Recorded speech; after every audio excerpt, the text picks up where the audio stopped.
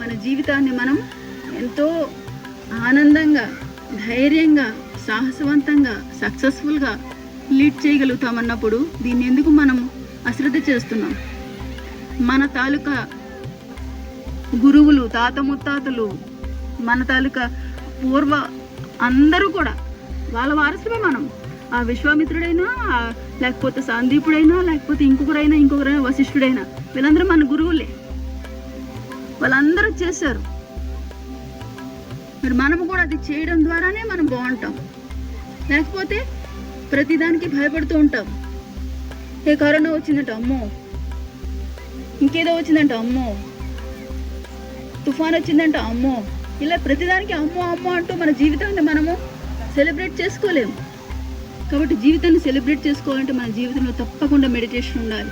మరి మా జీవితం 15 ఏళ్ళుగా మేము నో డాక్టర్ నో ట్యాబ్లెట్ లాగా హ్యాపీ